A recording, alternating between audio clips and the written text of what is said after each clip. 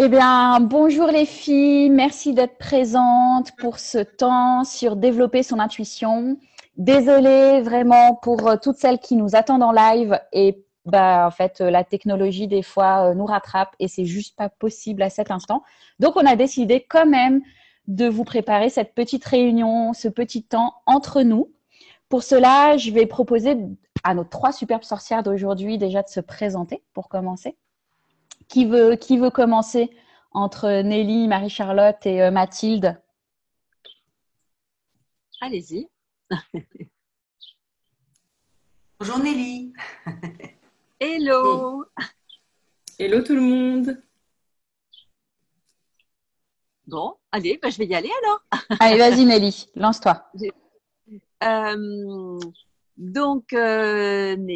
Nelly Kiel, moi l'intuition m'a vraiment beaucoup, dans ma présentation, je dis l'intuition m'a vraiment beaucoup aidée parce que c'est grâce à cette intuition que je suis devenue psychothérapeute il y a 25 ans, cabinet Oser être soi, qui maintenant n'est plus un cabinet en dur dans très peu de temps et qui est un cabinet que j'emmène dans ma van life là, donc tout en ligne, ce qui se permet de faire des zooms effectivement.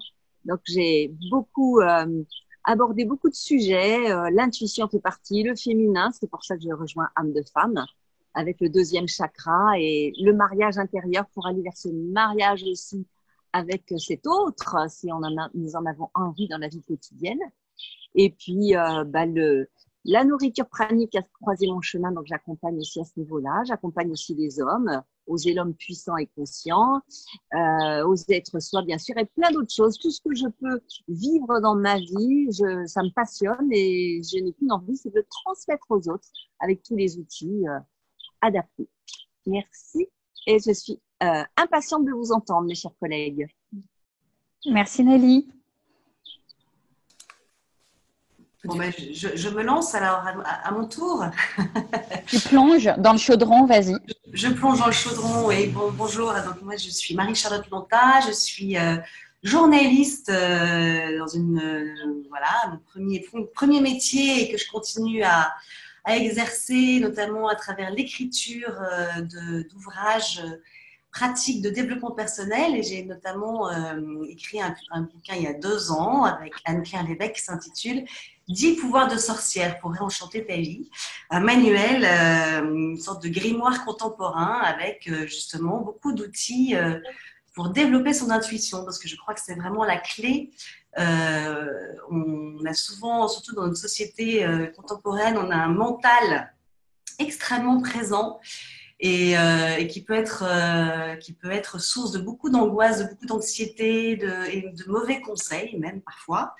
Et l'intuition, pour moi, c'est la clé pour se libérer en fait de ce mental et revenir vraiment au langage du corps et ressentir les choses. On a tous, c'est l'objet de notre réunion d'aujourd'hui, on a tous ce pouvoir extraordinaire de sentir, en fait, de sentir ce qui va arriver finalement, de ressentir les choses, même si on ne maîtrise pas grand-chose. En tout cas, on peut ressentir, je pense, ce qui va se passer. Et voilà, j'aimerais vous livrer quelques outils pratiques aujourd'hui.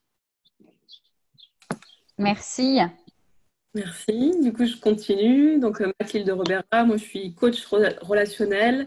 J'aime accompagner à la relation avec soi, la relation aux autres et la relation à la vie. Et je me décris comme une sage-femme de l'âme. J'aime accompagner à ce grand oui à la vie. Et dans ce grand oui à la vie, pour moi, ça passe par être à l'écoute justement de son intuition, de sentir c'est quoi qui pétille en nous, vers quoi on est appelé, vers quoi on se sent appelé. Et du coup, d'aller répondre à cet appel du vivant vers des directions qui nous sont propres en fonction de notre expérience, de notre chemin de vie et de ce pourquoi aussi on peut se sentir appelé en fonction de nos compétences, nos talents à œuvrer sur Terre. Donc, je suis ravie de participer, de pouvoir proposer des petits outils pour continuer ou pour découvrir ou continuer à développer son intuition. Et puis, tu travailles quand même aussi beaucoup la géométrie sacrée? Oui, je suis artiste, je fais pas mal de géométrie sacrée, mandala aussi. Merci. Alors, on va commencer à faire le chaudron et alchimiser tout ça. Et peut-être pour commencer, ce qui serait intéressant, c'est qu'on puisse poser déjà ce qui est pour nous l'intuition, qu'est-ce qu'on voit dans l'intuition, parce que finalement, c'est quand même un sujet très vaste. Et je pense que c'est intéressant parce qu'on va avoir différentes visions selon chacune de vous. Qui souhaite s'exprimer en premier? Je voudrais juste rappeler, pour donner une petite définition. En fait, le mot intuition vient du latin, comme beaucoup de mots de notre vocabulaire. Mais ce qui est intéressant, c'est que ce mot latin veut dire regarder à l'intérieur. Et voilà, je crois que l'intuition, c'est vraiment ça, c'est regarder pour une fois à l'intérieur de soi, alors qu'on est constamment, surtout encore une fois dans notre société moderne, contemporaine, une société d'image où on regarde beaucoup à l'extérieur, et prendre ce petit moment, parce que ça peut se faire de façon très très rapide, de plonger à l'intérieur de soi pour regarder ce qui s'y passe. Je crois que ça, c'est vraiment le début de l'apprivoisement de son intuition. Je ne sais pas si vous avez d'autres définitions, Mathilde et Nelly. Oui, moi je dirais aussi, je suis tout à fait OK avec ce que tu dis, hein, Marie-Charlotte, effectivement.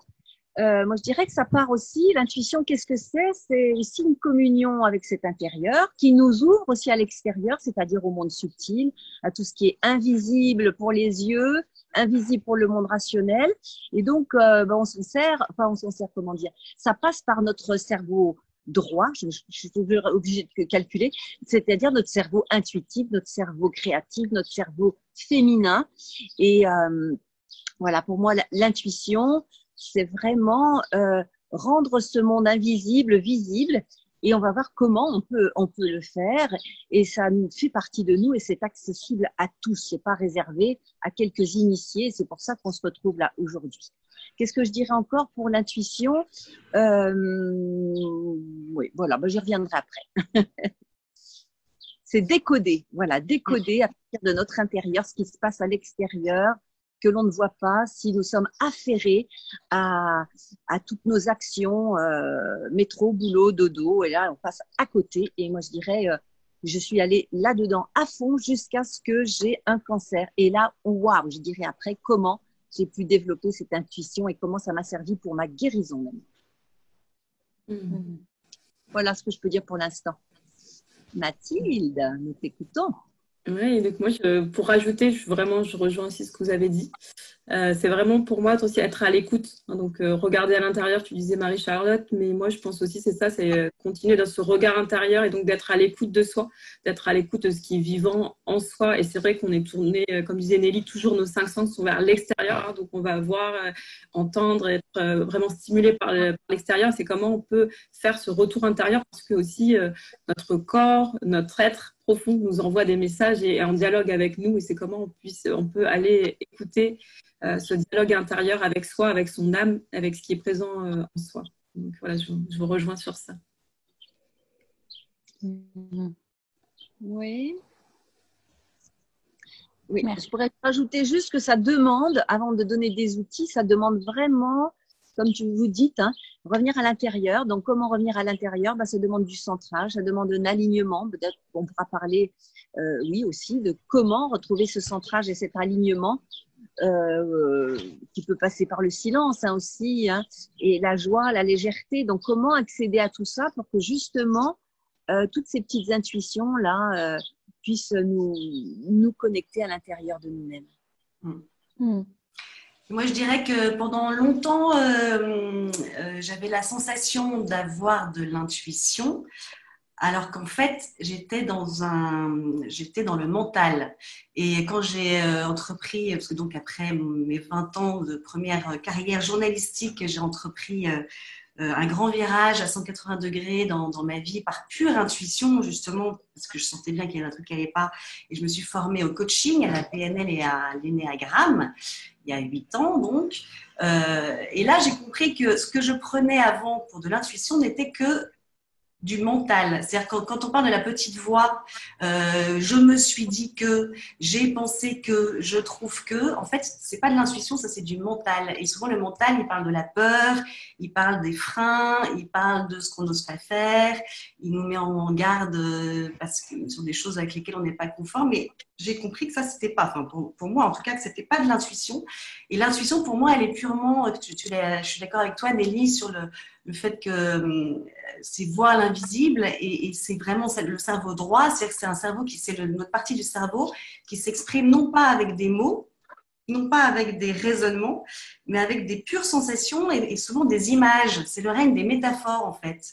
Et moi, j'ai fait cette expérience, par exemple, par rapport à un choix que je devais faire important, où justement mon mental n'arrivait pas à trancher. J'étais en permanence en guerre contre l'option A et l'option B, et j'avais beau poser, faire des colonnes avec des plus, des moins, ça marchait pas.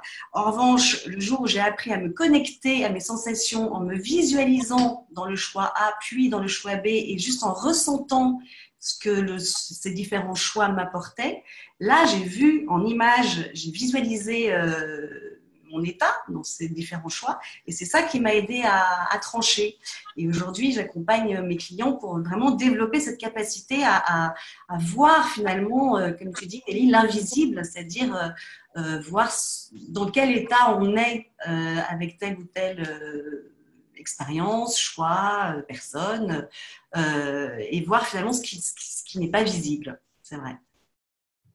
Et moi, j'ai envie de partager, les filles, que finalement, si on part d'un constat un peu plus spirituel, où on est tous des êtres divins et des êtres de lumière, chacun portera les mots qu'il a envie là-dessus. Pour moi, cette intuition, elle permet aussi, finalement, une fois qu'on la touche, d'être dans une reliance d'unité entre humains, beaucoup plus accessible et qui n'est pas forcément dans la raison, comme tu disais, Marie-Charlotte, et pas non plus que dans le cœur, mais même si c'est le cœur, pour moi, la porte ouverte pour aller vers cette intuition. Mais tu sais, il y a aussi ces gens qui, des fois, disent il faut écouter son cœur, et c'est encore autre chose, l'ouverture du cœur et l'intuition, et j'avais juste envie de le dire parce que il y en a, ils font des fois l'amalgame de tout ça.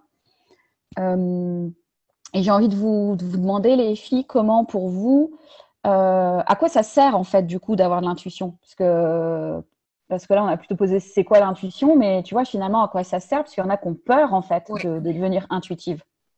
Alors, je peux y aller? Oui, c'est OK.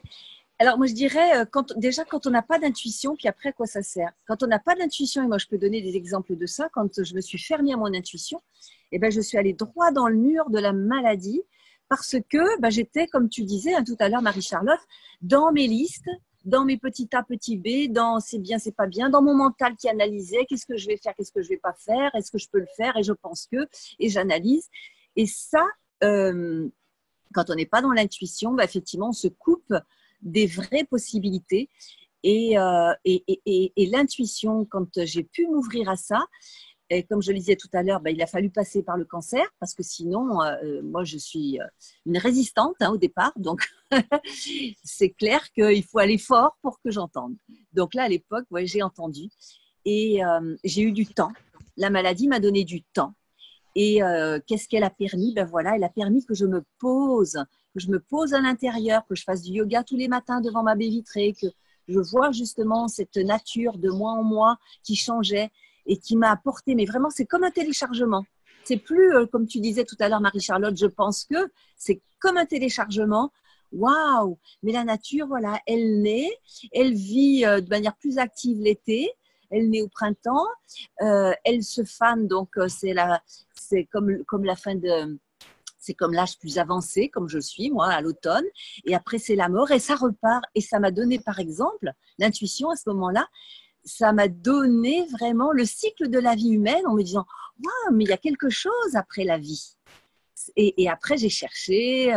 Effectivement, j'ai trouvé que non, notre vie, elle ne se finit pas comme ça dès qu'on meurt.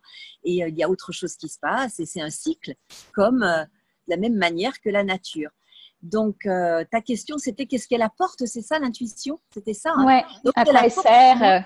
À quoi elle sert? Voilà. Pour moi, ça m'a agrandi, ça m'a apporté de la joie, de l'espoir à un moment donné où il était question que je meure, peut-être. J'avais certes une survie de 3 à 5 ans, comme avait dit le médecin, mais quand même, il était question de mort.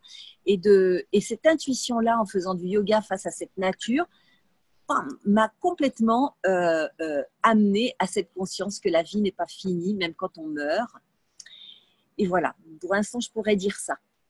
pour laisser la place à mes collègues, je pourrais dire d'autres Pas choses. mal. Et toi, Mathilde? Moi, à quoi ça sert cette intuition? Pour moi, ça va être de pouvoir vraiment suivre, j'ai envie de dire, suivre sa joie, mettre beaucoup plus de joie dans sa vie. Ça va être créer une vie un peu sur mesure, c'est-à-dire sur mesure avec ce que nous sommes, nous, dans toutes nos capacités, dans tous nos talents, dans toutes nos facettes, en fait. Et moi, j'ai un exemple. Un jour, je rejoins Marie-Charlotte. Ça a été, je suis partie faire des études. Je suis partie 1 an à l'île de la Réunion et j'avais vraiment peur. J'avais que des peurs qui me disaient, mais comment tu vas faire? Tu n'as jamais pris l'avion. Et je sentais un appel. Et pour moi, je relie l'intuition à des fois, un appel à une évidence de, on ne sait pas, mais on se sent appelé.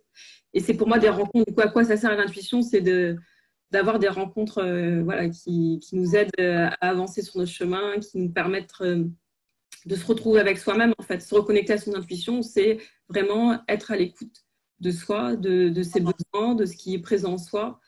Et oui, plus, du coup, d'aller dans le monde subtil. Moi, j'appelle ça plutôt le monde subtil pour pas dire invisible comme quoi c'est pas visible, mais d'aller vraiment à l'écoute de ce monde subtil qui est très, très riche aussi et qui nous apporte plein de messages. Et l'intuition, pour rebondir aussi, c'est pas quelque chose où pour moi, on a tous de l'intuition. C'est juste qu'on est, comme tu disais, Nelly, soit on y est fermé, soit voilà, c'est comment on arrive à ouvrir un peu ce canal-là, ou voilà, cette perception-là. Voilà ce que j'ai envie de partager. Ouais, je suis tout à fait d'accord avec ce que vous avez dit toutes les deux. Et moi, j'ajouterais que pour moi, en fait, ça me sert, l'intuition, à vraiment me libérer. Parce que, encore une fois, quand on est comme moi, alors il y a plusieurs types de personnalités, tout le monde n'est pas. Il y a des gens qui sont plus émotionnels que dans le mental. Moi, je trouve que je suis très dans le mental. J'ai fini par comprendre ça. Et quand on est comme ça, c'est très angoissant parce que le mental, effectivement, il dit beaucoup de choses, mais il dit rarement que ça va aller, en fait. Il dit les peurs tout haut, quoi. Et le fait de me connecter davantage à mon intuition, de vraiment d'apprivoiser ce cerveau droit là et les sensations et d'apprendre à les écouter et de leur faire confiance et à leur faire confiance, ça m'a libérée. C'est-à-dire que je reste quelqu'un qui est quand même dans son mental, ça ne changera jamais, c'est moi. En revanche, je sais le mettre un peu à distance et dire non, ok, en fait là je suis en train juste de dénoncer toutes mes peurs. Bon ben voilà, ok, on a très très peur. Maintenant la réalité c'est quoi? Et est-ce que j'ai raison d'avoir peur? Est-ce que le danger est réel ou pas? Et là je laisse parler mon intuition et elle sait très bien me dire si effectivement, comme tu disais Mathilde, répondre à une envie irrépressible dont on est incapable de dire vraiment de façon raisonnée pourquoi on a envie d'aller là plutôt que là, ben en fait, c'est un choix de liberté. Donc moi, je dirais, voilà, pour moi, l'intuition, c'est vraiment gagner en liberté, et du coup en ouverture et du coup comme tu le disais, Nelly, en confiance profonde dans la vie avec tout ce qu'elle a à nous apporter, toute sa richesse, quoi. Ouais, j'ajouterais les filles. Oui. J'ai souvent tendance à dire, vous savez, c'est comme ces filtres. En fait, c'est comme si on avait des filtres proches de nous et que notre évolution, notre culture, notre éducation, tout ce qui s'est passé a fait que ces filtres sont devenus poussiéreux, un peu comme la caméra de notre téléphone si on ne passe pas de temps en temps un petit coup dessus. Et que comme tu disais, Mathilde, en fait, c'est être intuitif, c'est naturel, c'est pas quelque chose hors norme.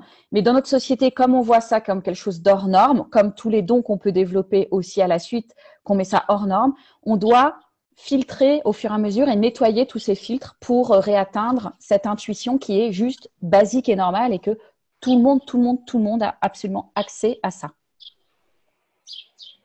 Ouais, c'est vrai. Et ça peut prendre des formes un peu étranges. Je vois quand je demandais, par exemple, est-ce que je vais guérir? Qu'est-ce que je dois faire pour guérir intérieurement? Et je donnerai des petits trucs tout à l'heure dans les outils. Eh bien, j'étais moi qui étais très rationnelle, comme tu le dis aussi, Marie-Charlotte. Ça me disait, oui, tu vas guérir, mais c'est pas une voix, c'est vraiment quelque chose. C'est comme ça se téléchargeait. C'est comme si c'était une évidence. Et ça, je le traduisais, oui, tu vas guérir. Qu'est-ce que je dois faire pour guérir? Et là, j'avais 3 gros mots qui s'affichaient devant moi. Aimer, manger et jouer. Ouais, c'est quoi ce truc? C'est vrai qu'à chaque fois, ça me questionnait. et aimer parce que je ne m'aimais pas du tout. Je m'occupais des autres, j'étais travailleuse sociale. Ah ouais, ça j'aimais bien. Aider les autres, maintenant je sais ce que ça veut dire. Aider les autres quand on ne s'aime pas, c'est vraiment le sauveur à fond. Et là, c'est dans le mur aussi. Manger parce que je m'alimentais très mal. Beaucoup de viande, pas de légumes, pas de fruits. Et les petites viennoiseries de 11 heures ne me faisaient pas peur et les bonbons non plus. Et aimer manger et jouer parce que ma vie était trop sérieuse. Je voulais être une bonne mère, une bonne épouse, une bonne fille. Ça marche pas, quoi. C'est un truc à la, j'allais dire à la con. Ouais, c'est ça, quoi. On va dans le mur avec ce genre de choses. Et je me suis épuisée. Donc, j'ai repris chaque mot pour pouvoir y mettre de la légèreté, de la joie et mettre du sens sur tout ça. Donc, c'est waouh. Quand j'ai vu ça, moi, j'ai dit, mais ah bon, ça peut dire des choses comme ça à l'intérieur de moi? C'est complètement fou. Et puis, il y avait le mot de Dieu. Alors là, j'ai mis tout ça de côté. J'en voulais pas à l'époque. Non, moi, Dieu, non, je veux pas. Puis c'est revenu une fois, 2 fois, 3 fois. Ah ouais, l'intuition, elle peut être un peu insistante. De toute façon, chez moi, il vaut mieux qu'elle soit insistante. Hein. Et après, j'ai dit, bon, ok, puisque je me sens mieux après, je veux bien prendre. Et j'ai vu ce qui se déroulait après. Là, bon, je ne veux pas prendre trop de place par rapport à ça, mais c'est le tapis rouge quand j'ai dit oui à ça. Donc, ça peut prendre des formes incroyables, tout comme les petits cœurs. Ah oui, c'est ça, les petits cœurs qui se présentaient à toutes mes balades. Et un jour, j'ai dit, mais qu'est-ce que c'est ces petits cœurs? Puis intérieurement, ça m'a dit, on est là, on t'aime, fais confiance. Ah bon? On est là, on t'aime, fais confiance. Ah, ça fait des choses comme ça, quoi. Donc, nous, on a vraiment envie de vous donner des petits tuyaux pour que vous puissiez y arriver si vous en avez envie, vous aussi. Oui, il y a des trucs très, très simples, en fait, pour petit à petit développer son intuition. C'est pas forcément ésotérique ou mystérieux ou compliqué. Ouais, c'est vrai. Marie-Charlotte et Mathilde, vous pourriez partager, je partagerai aussi sur comment vous en êtes arrivée à développer votre intuition. Tu disais, Marie-Charlotte, que tu étais très rationnelle, mais effectivement, je pense qu'il y a tout un moment où finalement, ça a pris une ampleur plus importante dans notre vie. Tu veux dire une expérience, un moment un peu clé où, Oui. Oui. En fait, j'étais dans un moment, enfin, je me souviens très bien de ce matin où j'étais dans un brouillard épais. Pour le coup, mon mental ne me servait à rien, si c'était à continuer à épaissir ce brouillard. Je ne savais pas si je devais rester ou pas avec mon compagnon, enfin mon mari d'ailleurs. Je ne savais pas si je devais changer de boulot. Je ne savais pas comment m'y prendre. C'était très, très compliqué. Et le téléphone sonne. Et une amie d'amis avec laquelle j'avais dû dîner une fois me dit, voilà, j'ai entendu dire que pour toi c'était compliqué en ce moment, je suis coach, écoute, voilà, je t'offre une séance et tu verras bien, et si ça te convient, on fera un travail toutes les deux, mais je pense que je peux t'aider. Et là où d'habitude, moi, je disais souvent à la cantonade, oui, le développement personnel, ça va bien. Moi quand ça va pas, je vais avec les copines boire un coup de rouge, et puis voilà, et puis la vie est belle. Je suis une enfant gâtée de la vie, j'ai pas besoin de ça, j'ai pas besoin de psy, etc. Et là, vraiment, j'ai senti un truc physique quand cette fille m'a proposé son aide. C'était dans le ventre, quoi, comme un truc du ventre qui disait mais vas-y. Et donc je me suis entendue, j'étais très surprise de m'entendre lui dire ok, merci beaucoup, écoute, je suis dispo demain. Enfin, bref, si j'avais pu la voir tout de suite, je l'aurais vue. Et j'ai senti quand j'ai raccroché que j'avais pris la bonne décision. J'ai senti un allègement en fait de tout mon être. Et le brouillard commençait à se dissiper. Voilà, j'avais compris que j'avais enfin accepté l'idée de me faire aider et que rien que cette acceptation était déjà énorme. Quoi. Et là, c'est le ventre qui a parlé vraiment. Parce que mon mental était encore plein de signaux du type enfin, qu'est-ce que tu es en train de faire? Tu as besoin de personne, tu vas te débrouiller, tu la connais pas. Enfin voilà. Donc j'ai bien fait d'écouter mon ventre ce jour-là. C'est important ce que tu dis, Marie-Charlotte, parce que tu sais, dans le développement personnel, où des fois, il y a, effectivement, on dit tous et on est tous d'accord sur cette phrase qu'on a tout en nous. Mais pour moi, il y a tellement ces filtres qu'un thérapeute, un accompagnateur, il est juste là pour nous aider à enlever ces filtres et que c'est difficile pour les femmes d'oser tendre la main pour être aidées. Et c'est important que tu le signales, tu vois, parce que toi, c'est parce que tu as osé tendre la main pour qu'on t'aide que finalement, ça après… ça t'a permis de retrouver ce qui est naturel chez toi. Et il y en a plein de femmes qui n'osent pas vraiment faire ce pas. Et moi, j'invite les femmes à oser être aidées pour le faire. Oui, parce qu'en fait, pour oser ça, parce que, en tout cas chez moi, c'était ça, je pense, c'était du coup, ce jour-là, j'ai lâché l'ego, quoi. J'ai accepté l'idée d'être vulnérable. J'ai accepté l'idée d'avoir besoin d'aide. Et souvent, c'est ça qui nous retient, c'est qu'on se dit non, je vais me débrouiller, je suis pas descendue si bas ou je suis pas si paumée que ça. Et en fait, si, j'étais complètement paumée. Et le fait de l'accepter, c'était déjà énorme en fait. Et souvent, c'est ce que je dis aujourd'hui à mes clients quand ils m'appellent. J'en dis, faites-vous déjà, félicitez-vous d'avoir ne serait-ce que passé ce coup de fil parce que déjà, vous avez fait la moitié du travail quelque part, d'accepter l'idée d'avoir besoin d'être aidé. C'est un beau chemin d'humilité. Voilà, c'est ça, l'humilité. C'est déjà aller dans l'humilité. On est tous amenés à passer par là à un moment donné. Hein. Et si on n'accepte pas ça, il peut se passer, comme j'ai vécu, moi, une maladie grave, pour vraiment accepter de se mettre à genoux et dire « Ah oui, j'ai besoin d'aide ». Et moi, je le dis souvent aussi aux personnes que j'accompagne, si on n'entend pas les messages, ils vont arriver plus fort, chaque fois un petit peu plus fort. On nous représente le plateau, toujours un petit peu plus fort. Et d'accepter de demander de l'aide, pour moi, c'est vraiment un chemin d'évolution, un chemin d'éveil.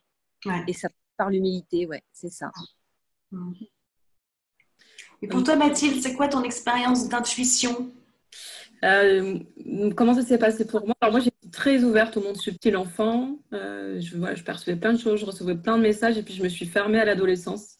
C'était une période difficile pour moi. Du coup, je me suis complètement fermée. Et puis c'est après, quand je travaillais dans l'environnement, j'ai senti que j'avais très peur de parler en public. Et du coup, toutes ces peurs que j'avais chantées dans mon corps, ça n'allait pas du tout. Ce manque de confiance et ces peurs, à un moment donné, je me dis, j'ai plus envie que ma vie soit dirigée par ça. J'avais vraiment envie de faire quelque chose. Et du coup, là, je rejoins sur cette humilité où je suis partie demander de l'aide. J'ai vu qu'en fait, vous pouvez faire quelque chose. Je n'étais pas accablée en mode peur et que je pouvais sortir de ça. Et vraiment, du coup, je suis partie me faire aider et ça a été l'outil de la communication non violente qui a été pour moi un outil de reconnexion à mes émotions. Parce que moi, c'était vraiment plus connecté à mes émotions et à mon corps, de redescendre beaucoup dans mon corps. Et je vois après, moi, ce qui a été aussi une porte de connexion à mon intuition, ça a été la créativité, en fait. D'essayer des espaces d'ouverture et de créativité. Et c'est à ça que, sans jugement, en fait, de savoir si c'est beau, si c'est pas beau, et de vraiment se laisser traverser par ça, je me sentais plus à l'écoute des sensations, à l'écoute de ce qui me venait. Tiens, quand je dessine, je vais prendre telle couleur, c'est telle forme, c'est vraiment pas réfléchi, je n'ai jamais à l'avance. Et c'est dans l'instant, je me laisse porter, en fait. Et donc, voilà, ça a été aussi un mal-être qui a fait que je suis partie me reconnecter plus à cette intuition, d'abord par mon corps et avec la nature aussi. Moi, la nature aussi, elle soutient beaucoup à cette écoute intérieure, de revenir à soi. Et la créativité a été aussi une porte pour aller développer un peu plus toute cette écoute de soi et de ces mondes subtils et de ces messages. Et j'ai envie d'ajouter, moi, je me rappelle que quand je me suis reconnectée à ça, c'était tellement puissant d'un coup parce que j'étais comme toi, Mathilde. Moi, j'avais beaucoup de choses enfant et je me suis déconnectée à ça pour vivre dans un monde normal selon mes critères des têtes, tu vois. Et donc, j'ai coupé tout ça.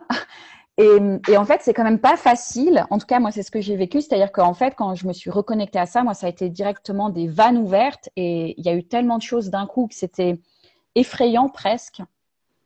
Et je me sentais du coup encore plus en décalage de nouveau avec la plupart des gens. Et j'avais envie d'ajouter ça peut être effrayant parce que la société ne montre pas que c'est une normalité et que du coup, si on commence à entendre des choses, voir des choses, ressentir des choses, il faut être prêt que c'est OK et que c'est juste un chemin de normalité. Mais la société montre tellement que c'est un chemin anormal, encore une fois, que moi, ça m'a fait peur au début et j'avais tendance à mettre les 4 freins devant pour éviter tout ça et ne pas oser me mettre en lumière là-dedans. Parce que ça, c'est aussi un gros problème chez les femmes, d'oser se mettre en lumière dans cet aspect-là. Quand même, on a des petites mémoires. Hein. Tu parlais des sorcières, là, dans la présentation. Ouais. C'est vrai que, si on se met en connexion avec les sorcières et si on croit effectivement qu'il y a eu d'autres vies avant, on va dire que ceux qui veulent bien entendre ça, on a des petites mémoires quand même de sorcières avec toutes ces capacités-là. Et la société peut être un petit peu coercitive par rapport à ça encore aujourd'hui. Mais je dirais qu'il y a quand même 50%, 50-50 actuellement de personnes très rationnelles et qui ne veulent pas y déroger à ça. Et puis de plus en plus, donc 50% de personnes qui acceptent de s'ouvrir à leur infinie capacité, à leur sensibilité, à leur côté fée, sorcière. Voilà, hein, moi dans mon jardin, je dialogue avec les fées et les lutins. Ben oui, ben les gens qui viennent chez moi, ils adorent voir ce petit jardin de fées et de lutins. Et je me suis souvent appelée, souvent m'a appelée la fée, alors c'est des gens très très différents. Donc quand on accepte d'aller vers notre intuition, d'accepter qui on est, c'est tellement plus fluide. Mais au départ, oui, comme tu dis, Audrey, on veut rentrer dans une petite voiture rouge comme ça, on se coupe la tête, on se coupe les bras, on se coupe tout pour pouvoir rentrer dans le moule. Et on se rend compte qu'on meurt. Enfin, moi, le cancer, c'était ça. C'est que j'ai voulu me suradapter, couper toutes mes facettes, y compris l'intuition, parce que comme vous, comme tu dis Mathilde, comme tu dis Audrey, j'avais ça quand j'étais petite. Je le sentais bien quand j'allais dans la nature ou dans la créativité. Je le sentais, mais pour rentrer dans le mur, j'ai coupé tout ça, quoi. Au point d'en mourir. Est-ce que ceux qui nous écoutent là ont envie d'aller dans ce mur-là au point d'en mourir? Ben, peut-être que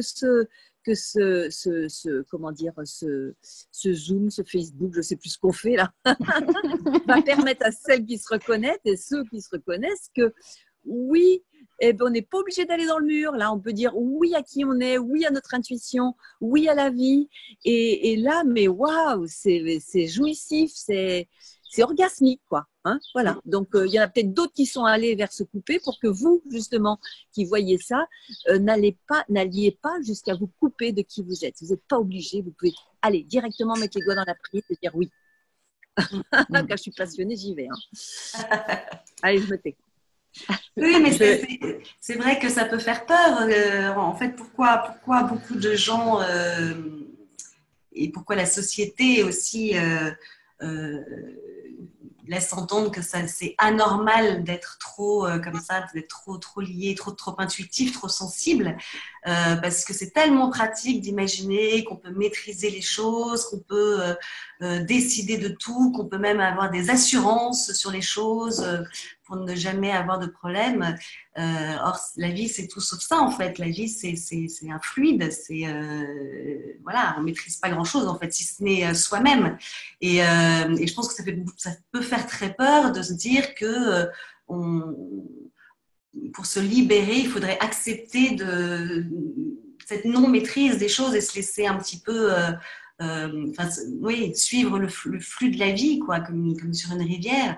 Et en fait, c'est l'inverse, moi, je trouve. Enfin, c'est tellement libératoire, effectivement, comme tu dis, Nelly, de plus se laisser enfermer dans ses carcans et de suivre son intuition pour suivre ce qui est bon pour soi et donc, du coup, faire du bien aux autres, parce qu'on ne fait jamais autant de bien aux autres qu'en étant bien soi-même. Mais avant de passer le cap, c'est vrai que ça peut faire peur. Ah oui. Et puis, ça fait peur aussi aux personnes extérieures parce qu'on devient un peu électron libre. Voilà. Par les assurances. Au lieu d'acheter des assurances pour vivre, pour mourir, pour faire ceci, pour faire cela, on écoute ce qui vient et on n'achète pas les assurances. Moi, j'ai des assurances minimales, quoi. Hein. Et ben, c'est quand même pas bien, quand même, hein, parce que les pauvres assureurs, ils peuvent plus bosser. Donc, vraiment, c'est pas sympa, ça. Hein. Et justement, j'y avais pas pensé à ça, mais ça rentre tout à fait dans le thème. Moi, j'ai quitté ma maison le 5 février et en fin d'année dernière, ça m'a dit intérieurement, tu arrêtes ton boulot, tu prends pas de rendez-vous pendant 1 an et mets en pratique ce que tu enseignes. Et donc, j'ai quitté ma maison et j'ai acheté un van là, aménagé, qui est tout mimi, qui est tout bien. Et j'ai appelé ça au gré du vent, au gré du van. Et c'est vrai que je me laisse porter comme ça, de jour en jour, de minute en minute, pour savoir où je vais m'arrêter, etc. Et là, ça fait quand 1 semaine, là. Je m'arrête là. Aujourd'hui, je devais partir ce matin. J'ai dit à Phébé, tu sais, pour telle et telle raison, peut-être que je resterai là, puisque ton mari hier a dit, si t'es là demain soir, je reste là. Et puis, je sais pas où je vais aller demain. Et c'est waouh, ça se construit, mais je vous dis pas, c'est jouissif, quoi. C'est génial. Mais je n'aurais jamais imaginé ça il y a 30 ans, hein. Moi qui étais une petite mère de famille bourgeoise, qui accompagnait les enfants au piano, au conservatoire, qui les accompagnait tous les jours, qui faisait des concerts, qui brodait, qui organisait des dîners, mais c'est une autre vie, quoi. Mais c'est vraiment dans se laisser guider par le vent et par le van. C'est pour ça que je suis aussi exciting. Je suis les doigts dans la prise. J'avais envie de rebondir en parlant quand on développe son intuition. Et pour moi, ce qui a été important, c'est qu'à un moment donné, j'ai pu un peu fuir dans ces mondes subtils et ça a peut-être été plutôt une fuite. Ça m'a demandé du coup de retravailler donc le chakra 1, revenir dans ses fondations, dans ce oui à la vie. Ça m'a demandé aussi de retravailler dans tout ce qui est sécurité intérieure et affirmation de soi pour après ensuite continuer à redévelopper toutes ces capacités qui sont là plus ou moins connectées. Et ça demande de revenir en tout cas, je parle du chakra 1 parce que aussi avec la formation des éveilleuses aussi, qu'on puisse se reconnecter à tout. C'est important en fait cette harmonie en soi et de commencer vraiment par ses fondations en soi en fait, hein, d'être vraiment dans cette sécurité intérieure, dans ses bases en fait, pour pouvoir ensuite aller dans la vie concrètement, en posant des actions concrètes, en y allant voilà, bien posé. Et c'est vraiment quelque chose du coup qui est en lien complètement. L'intuition vient nourrir après nos actions. Et nos actions, quand elles sont posées sur des fondations solides, elles prennent vie, quoi. Sinon, on devient un petit ballot de baudruche, comme je dis, brut, on s'envole et waouh, il y a plus. Ben oui, comme tu dis, il faut équilibrer. C'est comme une pyramide. Hein. Si elle a que la pointe et qu'il n'y a pas la base, c'est un petit peu embêtant et on devient ballon de baudruche. Oui, c'est important ce que tu dis là, qu'on puisse équilibrer les deux bas. On a deux cerveaux, hein, un droit, un gauche. Donc, si on est complètement dans l'intuitif, on est ballon de baudruche. Si on est complètement dans le rationnel, bon, on est un peu balou hein, quand même. Donc, si on circule avec les deux, c'est waouh, c'est comme le cheval et le cavalier, quoi. Hein. Ouais. Et du coup, les filles, est-ce que vous auriez des petites astuces, des petits conseils pour soit les femmes qui sont déjà un peu dans leur intuition, celles qui sont peut-être déjà un peu des expertes, voire celles qui n'y connaissent rien du tout et qui souhaitent commencer à développer leur intuition?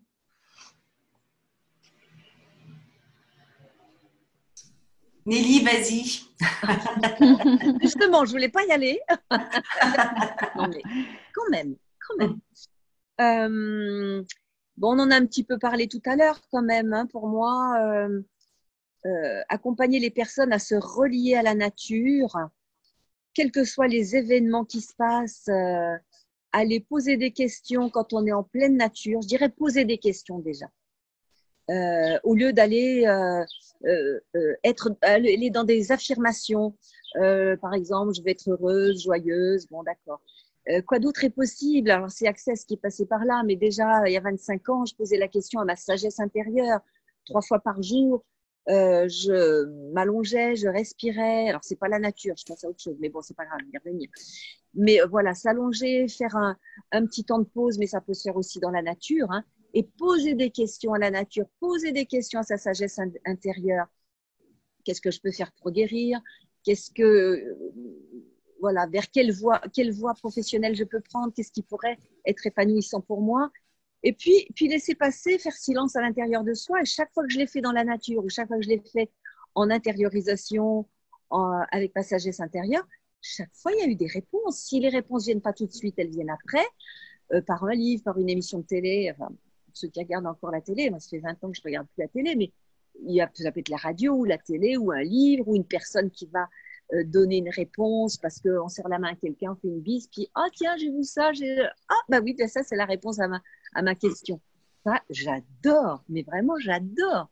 Donc voilà, la nature ou prendre un temps de respiration, d'intériorisation, poser des questions et écouter les réponses. Alors moi, par contre, ce que j'ai fait souvent aussi, je pose des questions et j'oublie, j'ai posé une question. Et quand ça vient, je dis « Oh mince, j'ai un temps d'adaptation pour me dire « Ah bah oui, c'est la réponse à ma question. » Je pensais, par exemple, une fois, je voulais devenir thérapeute. Et parce que ce que j'avais reçu était tellement fabuleux que je me suis dit, mais je vais accompagner les autres.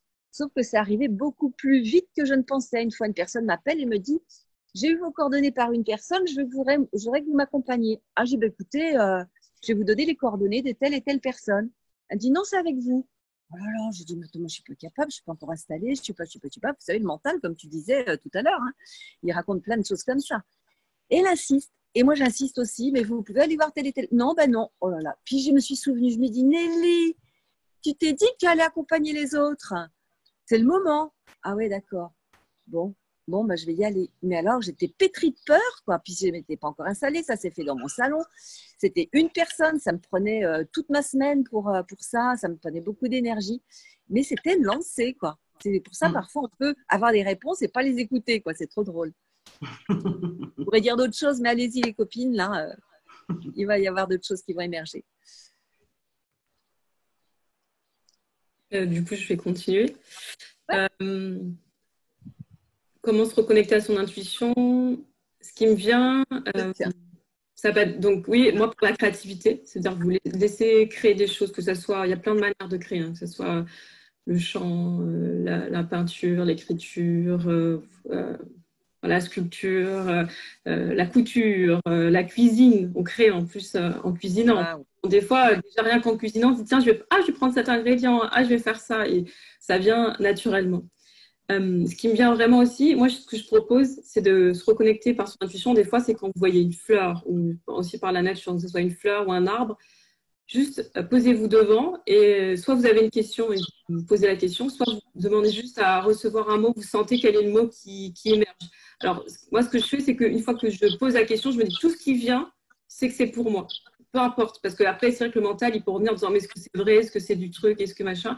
Il me dit ok, si j'ai un mot qui me vient, si je vois une fleur, je me dis ah, je suis en douceur, ah, c'est peut-être que j'ai besoin de douceur en ce moment. Je vois si ça résonne en moi. Et ça va être aussi beaucoup passer par le corps. Je ne sais plus si l'une de vous a dit aussi, quand j'ai un choix à faire, des fois j'écris sur une feuille choix 1 et je retourne la feuille, choix 2 sur une autre feuille que je retourne et je ne sais pas qui est qui, je peux mélanger les feuilles ou 3 et je me pose dessus et je sens juste dans mon corps ce que ça me fait, comment je me sens, est-ce que c'est chaud, est-ce que c'est froid quand je suis, et je me déplace d'une feuille à l'autre sans savoir quel est le choix et après j'écris mes sensations. Donc ça peut être vraiment voilà, concrètement comment je me sens dans mon corps, comment le corps il réagit. On a une intelligence corporelle, le corps il sent des choses, il sait des choses, c'est pas, le mental n'a pas besoin d'interférer parce qu'on ne sait même plus qui est qui sur la feuille. Donc ça peut être aussi voilà, en passant par le corps. Oui, bah, du coup, je rebondis, Mathilde, sur ce que tu dis, et parce que effectivement, le langage du corps, l'intelligence corporelle, l'intelligence émotionnelle, c'est ce qui est aux manettes en fait avec l'intuition. Moi, j'aime bien, enfin en tout cas, j'ai une petite routine qui m'a beaucoup aidée et qui, je pense, aidera tous ceux qui, comme moi, encore une fois, sont dans le mental, pour apaiser le mental quand on se sent pas très bien, mais qu'on sait pas trop pourquoi, ou qu'on est inquiet parce que voilà, le contexte est anxiogène, ou on a reçu des mauvaises nouvelles, voilà, évidemment que ça peut arriver. Avant, j'avais l'habitude de laisser jouer le mental et donc d'être dans des tas de questionnement ou d'analyse rationnelle du problème. Et maintenant, j'ai appris quand je suis sous le coup d'une mauvaise nouvelle ou d'une inquiétude, à me poser et à me poser la question à moi-même, comme tu disais, Nelly, me poser la question de quoi j'ai besoin. Et d'écouter la réponse, mais vraiment avec tout mon corps et mes sens, et même si une image me paraît bizarre, l'accueillir, la prendre. Et ça peut être des réponses très très simples, hein. Par exemple, quand on est sous le coup d'un moment un peu down, on ne sait pas trop pourquoi, de quoi j'ai besoin, ça peut être juste boire un grand verre d'eau, par exemple. Parce que le corps, en fait, il a juste besoin de se réhydrater pour se sentir à nouveau, pour que la machine fonctionne mieux et que du coup, on puisse encaisser ce qui arrive.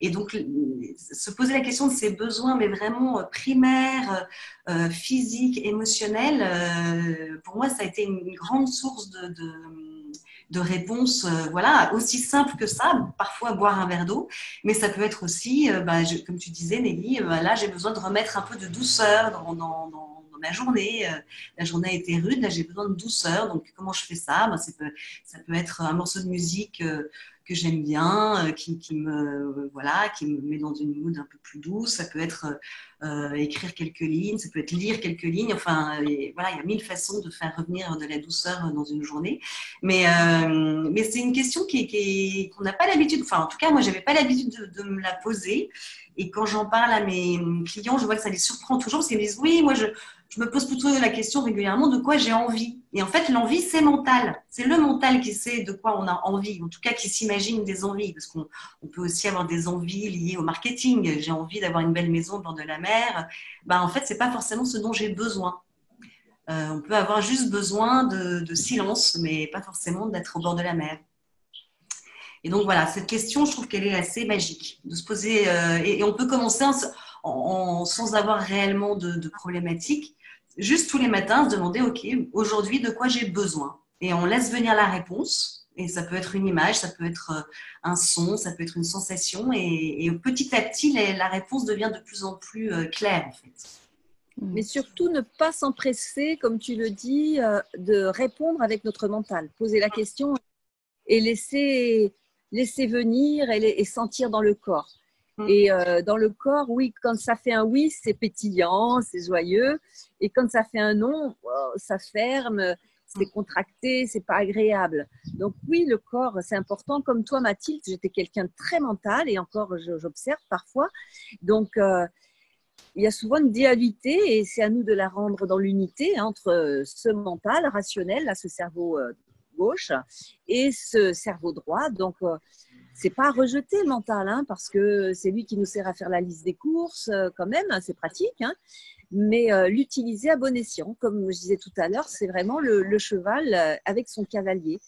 Le cheval sans cavalier, il est complètement libre, et le cavalier sans cheval, il va moins loin, quoi, hein, à pied. En petit truc pratique, moi je dirais, à un moment donné, mais j'en fais pas en ce moment, justement, je me suis réveillée avec ça ce matin, c'est la peinture intuitive. L'aquarelle, elle aide bien là par rapport à ça. C'est mouiller la feuille et prendre de l'aquarelle si vous n'avez pas d'aquarelle, parce que c'est un peu plus cher, ça peut être juste de la gouache, hein. Et puis sur cette feuille mouillée, poser de la couleur. Mais je dirais, entre guillemets, n'importe comment. Sauf que la vie, elle n'est pas n'importe comment. Donc, on pose des tâches, puis on peut faire des petits dessins, mais sans chercher à créer quelque chose. Et on peut prendre différentes couleurs, puis on laisse faire. Puis on peut aussi laisser s'écouler la feuille, comme ça, la bouger. Et puis on laisse faire. Et waouh, il apparaît des choses étonnantes. Je peux donner un exemple. Une fois, c'était du rouge et je pensais à ma grand-mère qui aimait beaucoup le rouge. OK. Puis je fais ça, je veux du rouge. Puis au même milieu, je regarde, c'était une oreille. Une oreille, mais vraiment, comment on peut peut-être imaginer une oreille? Et j'ai dit, mais oui, c'est ça, ce qui est venu, je fais ça, mais c'était aussi au niveau du cœur, c'était entier, quoi. C'est pas une pensée intuitive, on va dire. J'ai dit, mais ma grand-mère, là, je me suis dit, tiens, ça me fait penser à ma grand-mère. J'étais en lien avec elle, avec ma grand-mère, mais elle m'entend. C'était comme si elle me répondait, oui, j'ai entendu ce que tu m'as dit. Ça fait waouh, et ça me frissonne partout encore. Voilà, il peut se passer des choses comme ça. Un autre petit truc pour lâcher le mental, ça m'a bien aidé, c'est choisir un mot, le mot du moment. Tiens, amour ou paix ou ciel. Et je le mets en acrostiche, c'est-à-dire C-I-E-L. Et je mets un mot sur chaque lettre. Voilà, un mot sur chaque lettre. Ça peut être choix, ça peut être etc. Hein, le I de je sais pas, identifier, le choix, le C de choix, etc. Et puis, on peut en rester comme ça, en rester là. Et puis, on peut aussi écrire un texte à partir de ça. Chaque mot, il vient s'imprégner là à l'intérieur de soi complètement. Et on commence à écrire avec ces mots-là. Mais entre les mots, eh bien, il peut y avoir un autre mot, ou il peut y avoir une phrase, il peut y avoir un texte, qu'importe ce qui vient. On laisse venir comme ça. Et ça permet vraiment, moi, ça m'a permis vraiment, à l'époque, de lâcher le mental. Et quand je regarde le texte, je dis, waouh, j'ai écrit ça, moi. Ah bon? C'est un peu étrange, c'est un peu étonnant, et c'est quelque chose qui vient de moi, mais qui n'est pas mon moi habituel. Et on peut aussi écrire ça sur un cahier chaque matin, le fermer, et on regarde ça 4-5 jours après. Et c'est encore plus édifiant que quand on le regarde dans l'instant, où parfois on peut avoir un jugement avec notre mental encore. Voilà des petits trucs. Il peut y en avoir d'autres, mais vous en avez peut-être d'autres aussi à livrer. Ouais, je veux bien en partager d'autres. Ce que j'ai pu faire au début, ça peut être des jeux de deviner l'heure qu'il est. À la place de regarder l'heure, de me dire, OK, il est quelle heure? Et de me poser, de me centrer en moi, de me dire, OK, il est quelle heure? De regarder l'heure, de savoir si je suis à peu près exact, ou quelqu'un m'appelle, quelqu'un sonne à la porte, de savoir, oh, je peux deviner qui c'est. Et voilà, en essayant de deviner, c'est me reconnecter donc à mon intuition. Donc voilà, d'avoir au fur et à mesure que ça soit plus naturel, ça vienne de manière plus naturelle, plus fluide, et qu'on développer un peu ce canal-là de l'intuition, et qu'ensuite, ça vienne plus facile dans nos choix, dans nos vies. Faire des choix, ça va être plus facile parce que c'est plus notre mental avec nos peurs qui vont nous guider, mais c'est, ah oui, je sens que c'est ça, je sens que c'est ça, et voilà, ce sera plus un truc par la raison, en fait. Oui, moi j'aimerais rebondir aussi sur ce que tu as dit, Nelly, sur les sensations, être vraiment attentif à nos sensations positives. C'est-à-dire que souvent, encore une fois, à cause du mental, on est très attentif à nos peurs, donc il y a des sensations quand même très désagréables. Et du coup, les sensations qui arrivent, qui sont positives, c'est comme si on mettait un peu un mouchoir dessus. Enfin, moi, je m'en suis rendu compte beaucoup avec mes clients. Je trouve ça énorme à quel point ils peuvent vraiment ne pas regarder, ne pas écouter, mettre comme s'ils mettaient dans une boîte leurs sensations positives. Et souvent, les personnes qui viennent me voir ont évidemment des choix compliqués à faire, parce que s'ils viennent me voir, c'est que leur vie est un peu, voilà, un petit peu enfin, ils sont à un tournant de leur vie. Et quand je leur demande, mais alors, si tu fais ce choix-là, imagine, tu fais ce choix-là, comment tu te sens? Comment ça fait? Et là, 3 fois sur 4, la personne me répond, ah, mais si je fais ce choix-là, mais c'est, voilà, je me sens beaucoup plus libre, je me sens beaucoup mieux. Et je dis, ben, est-ce que c'est pas un signal important, ça? Et en fait, voilà, à vraiment avoir l'humilité d'accueillir ces messages du corps qui sont quand même extrêmement puissants. C'est pas rien de se sentir mieux. C'est important de se sentir. Enfin, et comme tu disais, Nelly, l'intuition donne un feu vert quand on a ces sensations extrêmement positives de retrouver de l'énergie, de la joie. C'est ça que je dis souvent aussi, c'est que quand on fait le bon choix, on le sent. C'est pas besoin de raisonner, on le sent parce que ça donne de l'énergie. Le bon choix donne de l'énergie. Une énergie positive. Tout à fait. Oui, oui, oui. En revanche, quand on fait un choix un peu par défaut, raisonnable, pour les autres ou pour un contexte, ben on sent bien qu'on est en baisse d'énergie. Donc, ça veut dire que le choix, il n'est pas bon pour soi, quoi. Donc, voilà, être à l'écoute de ces ressentis profonds-là.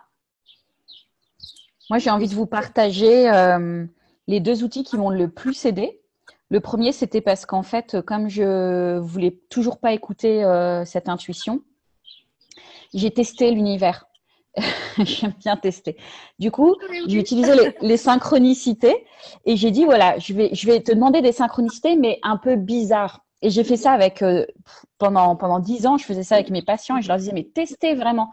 Et j'ai envie de vous en partager 2 parce qu'elles sont tellement rigolotes que souvent, je les utilisais comme outil. Il y a une fois quelqu'un qui demandait de voir un éléphant rose. Donc, forcément, c'était un peu bizarre pour… La synchronicité, à ce moment-là, elle aidait vraiment à permettre de dire « Ok, c'est pas juste mon mental, c'est vraiment OK pour moi d'aller vers ce choix-là », comme une sorte de preuve qu'il faut aller vers ça. Parce que des fois, même quand on est dans l'intuition, on se dit « Ouais », il y a quand même la réflexion des fois qui revient. Et donc là, la synchronicité, je disais « Mais demandez des synchronicités vraiment un peu ouf comme ça, vous pouvez pas vous dire que c'est pas possible. » Ouais, c'est ça. Donc, la nana, c'était le soir, elle avait pas eu sa synchronicité de la journée, elle se dit « Bah, c'est foutu ». Et elle voulait aller au resto avec son amie et le resto, du coup, plus de place. Et donc, elle dit, bah mince, où je vais aller? Donc, elle va dans un autre resto. Et là, elle rentre et il y avait un énorme éléphant rose en décoration dans le resto. Donc, ça s'invente pas quand même. Hein. Ça s'invente pas. Et j'ai un autre patient, il m'avait trop fait rire parce que lui, il voulait voir un dinosaure. Et lui, il était tellement rationnel que non seulement à la télé, le premier truc qu'il voit, c'est un reportage sur les dinosaures. Et là, il est quand même capable de dire à l'univers, c'est trop facile. Ça peut pas être ça la synchronicité. Il continue sa journée. Il couche ses enfants le soir. Sa fille lui dit, papa, je voudrais lire une histoire. Il prend un livre. La bibliothèque se renverse. Le premier livre qu'il prend dans les mains, c'était un dinosaure sur la couverture. Et donc, je dis, bah, là, quand on veut tester l'univers et qu'on s'amuse avec lui aussi s'amuse bien avec nous, généralement, et il nous met ça face à des choses très rigolotes.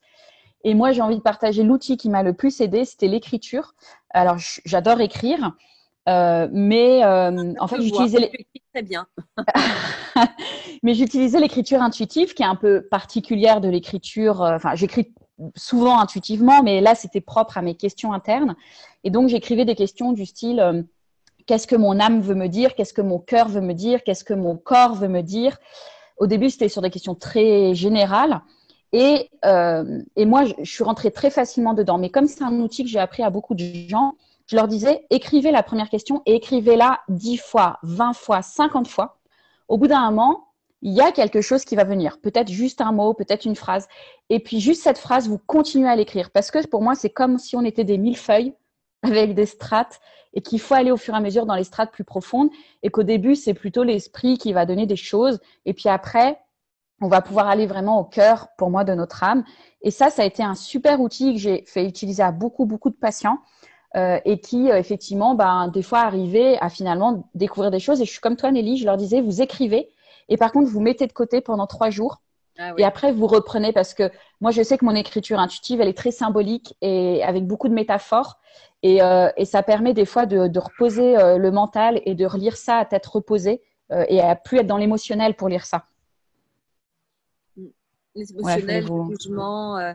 Oui, et pour rajouter ce que tu dis là, parfois j'entends les personnes qui disent mais oui, mais je ne sais pas écrire. Mais tu écris n'importe quoi.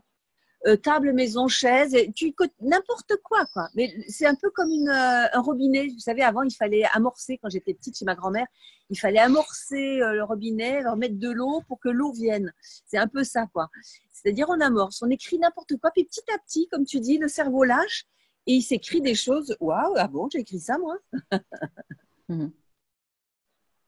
Exactement. Ouais. Est-ce que vous avez envie de rajouter des trucs, les filles? Il y a aussi la danse intuitive, tout ce que tu disais tout à l'heure, Mathilde, la créativité. Alors, on n'a pas détaillé, mais là aussi, il pourrait y avoir, si on a du temps, on peut continuer là-dessus, des petits trucs sur chacune des créativités, la danse, la musique, etc. Ou alors, si, je ne sais pas à quelle heure il est. Moi, je suis sortie du temps, là. Donc, c'est toi qui dois nous dire. Ça va faire bientôt 1 heure. C'est pour ça que… Ouais, après, peut-être qu'elles pourront poser des questions. Si, effectivement, sur la créativité, elles veulent en savoir plus, on peut laisser ouvert les questions et puis on pourra y répondre ultérieurement. Voilà. Des petits rituels qu'on peut mettre en place aussi qui sont très efficaces. Moi, j'aime bien le rituel à la lune. Voilà, j'ai un petit rituel à chaque nouvelle lune, à chaque pleine lune, qui sont comme des petits rendez-vous. Ça fait des petits rendez-vous 2 fois par mois. Et pareil, quand on regarde ça après avec du recul, on peut mesurer le chemin parcouru et voir à quel point on se reconnecte à son intuition. Mais ce sera l'objet d'un autre rendez-vous. Oui, c'est ça, parce que les questions, ce sera après, Audrey. On a bien compris ça. Les questions, on pourrait y revenir dans le deuxième épisode. On peut se poser les questions entre nous, les filles. L'idée, c'est de pouvoir… on n'a pas pu être dans Facebook Live, eh bien, ce sera peut-être une autre partie avec des questions auxquelles vous pourrez tous et tous répondre. Moi, j'avais envie qu'on porte quand même un petit peu âme de femme parce que c'est bientôt et je suis very exciting. Eh bien, avec joie. Alors, juste avant, est-ce que Mathilde, tu voulais rajouter un truc sur les outils Ouais, juste aussi, si on a parlé de créativité qu'on pourrait développer, mais il y a aussi le cycle de la femme. Enfin, moi, je sais que dans mon cycle, je sais qu'il y a des moments donnés, mon intuition, elle est plus laser, un peu d'une intuition plus laser, plus précise, où j'ai plus de données. Donc aussi, quand on est à l'écoute plus de son cycle, on peut sentir quand il y a des moments donnés, on va peut-être recevoir plus de messages. Ouais. Voilà. Ouais. Et de rappeler que ça peut être même quand on est ménopausé. Ouais. Qu'on croit que ça s'arrête, mais le cycle ne s'arrête pas. Il n'y a juste plus les règles. C'est pas la même chose. Ne s'arrête pas. Oui, c'est plus subtil. Justement, on est dans une époque de la vie, puisque c'est mon époque, mon étape. On est dans une époque de la vie, une étape de la vie où justement, on peut plus encore s'ouvrir à l'intuition. On a plus le temps pour ça. On n'a plus les enfants à charge. On n'a plus plein de choses à gérer, sauf si on le décide. Et tout peut être beaucoup plus subtil. Mais justement, toutes ces périodes de femmes, on peut, si on est à l'écoute de soi, les ressentir de manière plus subtile et c'est waouh. Et c'est là, c'est libertad et c'est joy, joy, joy. Merci. Alors, oui, pour finir, vous pouvez peut-être chacune partager ce que vous allez offrir lors de la formation des éveilleuses, l'élan que vous avez envie de partager avec les femmes. Oui, je dirais que je suis très heureuse de faire partie de cette formation. Et moi, j'interviens sur le 6e chakra, donc justement, pour moi, le chakra de l'intuition, ce qu'on peut appeler aussi le 3e œil, qui est pas, encore une fois, qui n'est pas un œil dirigé vers l'extérieur, mais qui est vraiment un œil dirigé vers l'intérieur. Donc, voilà, transmettre, aider à développer des outils pratiques pour arriver à ça, à avoir une vision à l'intérieur la plus claire possible. Superbe. Merci. veux y aller, Mathilde? Bah, vas-y, tu as la parole, vas-y. Alors, moi, j'interviens au 2e chakra, orange. Donc, c'est la sexualité sacrée. C'est l'union du masculin et du féminin d'abord à l'intérieur de soi. Ce masculin et ce féminin qui existe en soi, que l'on soit homme ou que l'on soit femme, c'est grâce à cette union-là que nous arrivons dans notre plénitude et que nous pouvons créer un couple extérieur avec un conjoint masculin ou féminin, avec un bel équilibre. Sinon, on n'est toujours qu'une moitié et on va aller chercher sa moitié et on est toujours en décalage et on va, guérir nos blessures. Et Dieu sait s'il y en a, hein, c'est vrai, on ne peut pas surfer sur ça. Il faut s'y atteler. Je dis faux. Oui, faux. Malgré tout, j'aime pas ce mot faux, mais c'est quand même ça, quoi. Tant qu'on s'y attelle pas, on court toujours après un équilibre qu'on n'arrive pas à vivre. Donc voilà, c'est des outils, des réflexions sur comment équilibrer ce masculin et ce féminin à l'intérieur de soi. J'ai créé des séminaires, là d'ailleurs, il y a quelques années, sur l'équilibre masculin-féminin en soi, vivre la joie dans le couple, dans la sexualité, sexualité sacrée, sexualité. Donc tout ça, faire une unité de ce qui au départ pourrait être vraiment quelque chose de l'ordre de la dualité. Et on peut être amené à le vivre dans la dualité pour après le vivre dans l'unité et être dans la joy toujours. C'est ça le but. Et quand on est dans la joy, ça nous indique bien qu'on est sur le bon chemin. Et c'est ce que je vis aujourd'hui. Mais vraiment, je le souhaite à tout le monde tellement c'est fabuleux. Merci Nelly. Merci. Donc moi, je suis dans le chakra 6 aussi. Donc, pour moi, donc, développer son intuition, ça a du sens d'être là, de pouvoir aussi en parler. J'ai envie d'apporter quelque chose, de créer sa vision, d'aller chercher en soi la vision qu'on a envie de mettre au monde et de créer sa vision en parallèle à la fois avec des outils concrets. C'est ce que j'aime aussi dans cette formation, c'est que c'est vraiment des outils concrets pour avancer dans son quotidien. Et au-delà de se reconnecter à sa guidance intérieure, donc tout ce qui va être ses perceptions, sa guidance intérieure pour avancer dans sa vision qu'on a envie de mettre au monde en fait. Donc voilà, je suis heureuse aussi de pouvoir faire partie de cette belle formation et d'œuvrer autour du féminin et de cette reconnexion à soi. Et puis d'œuvrer tout ensemble, hein, parce qu'il y a eu la colo des femmes, il y aura encore la colo des femmes au mois de novembre, hein, c'est bien ça, hein. Oui. Il y a eu Sorority Day à Paris, une journée, j'ai trouvé ça fabuleux que plus d'une quarantaine de femmes se mettent ensemble pour co-créer. Vraiment, Audrey, gratitude à toi parce que c'était un challenge incroyable et tu le réussis, quoi, hein, malgré tout ce que la vie peut nous amener, le confinement, déconfinement, reconfinement, etc., etc. Mais on s'en sort, quoi. C'était ça la créativité de la femme. Ouais, c'est ça. C'est mettre en évidence que nous sommes des femmes actives, créatives, des fées, des sorcières, des emmerdeuses, des chieuses et en même temps des femmes extraordinaires. C'est pouvoir mettre tout ça dans un même chaudron et déjà entre nous, toutes les 40 et les poussières, je ne sais jamais, c'est 42, 43, bref, plus de 40. Et arriver à créer entre nous pour impulser ça auprès des femmes et après le mettre au service du couple avec les hommes parce que vraiment, moi, j'y tiens. Les hommes ne sont pas mis de côté. Parfois, on dit « Ah ouais, les hommes ». Mais non, les hommes ne sont pas mis de côté. Si nous, les femmes, nous équilibrons notre masculin-féminin et nous voyons bien combien souvent les femmes vont plus dans le développement personnel dans un premier temps et hop, les hommes viennent dans un deuxième temps. Donc, nous avons toujours ce rôle d'initiatrice à jouer. Il ne faut pas le renier, ce rôle-là. Et après, nous pourrons naturellement, on ne va pas changer le monde, hein, c'est sûr. Mais si forcément on change notre monde intérieur, tout naturellement, on ne va pas aller partir bannière en avant. Ça aussi, je l'ai fait. Je sais que ce n'est pas bon et que ça m'a mis dans le mur aussi. Donc, c'est bon. Mais si nous changeons, nous allons créer une réalité différente. C'est ça qui m'amène beaucoup de joie encore. Je dis souvent le mot joie, mais waouh, c'est vraiment pour moi un guide intérieur. Donc, gratitude à toi, Audrey. Ouais. Et à nous Merci. tous. Et à tous. Ouais, merci à chaque femme D'oser le collectif, d'oser le féminin, d'oser guérir les blessures du féminin individuel et collectif. Et ça, on a encore un sacré travail à faire. Ouais. Merci les filles. Merci du coup, toutes celles qui vont nous écouter, Merci. vous avez le droit à un petit live pour vos questions, puisque nous avons loupé cette part-là. Merci. Mais ce n'est que partie remise. Bye bye, à très très bientôt. Au revoir.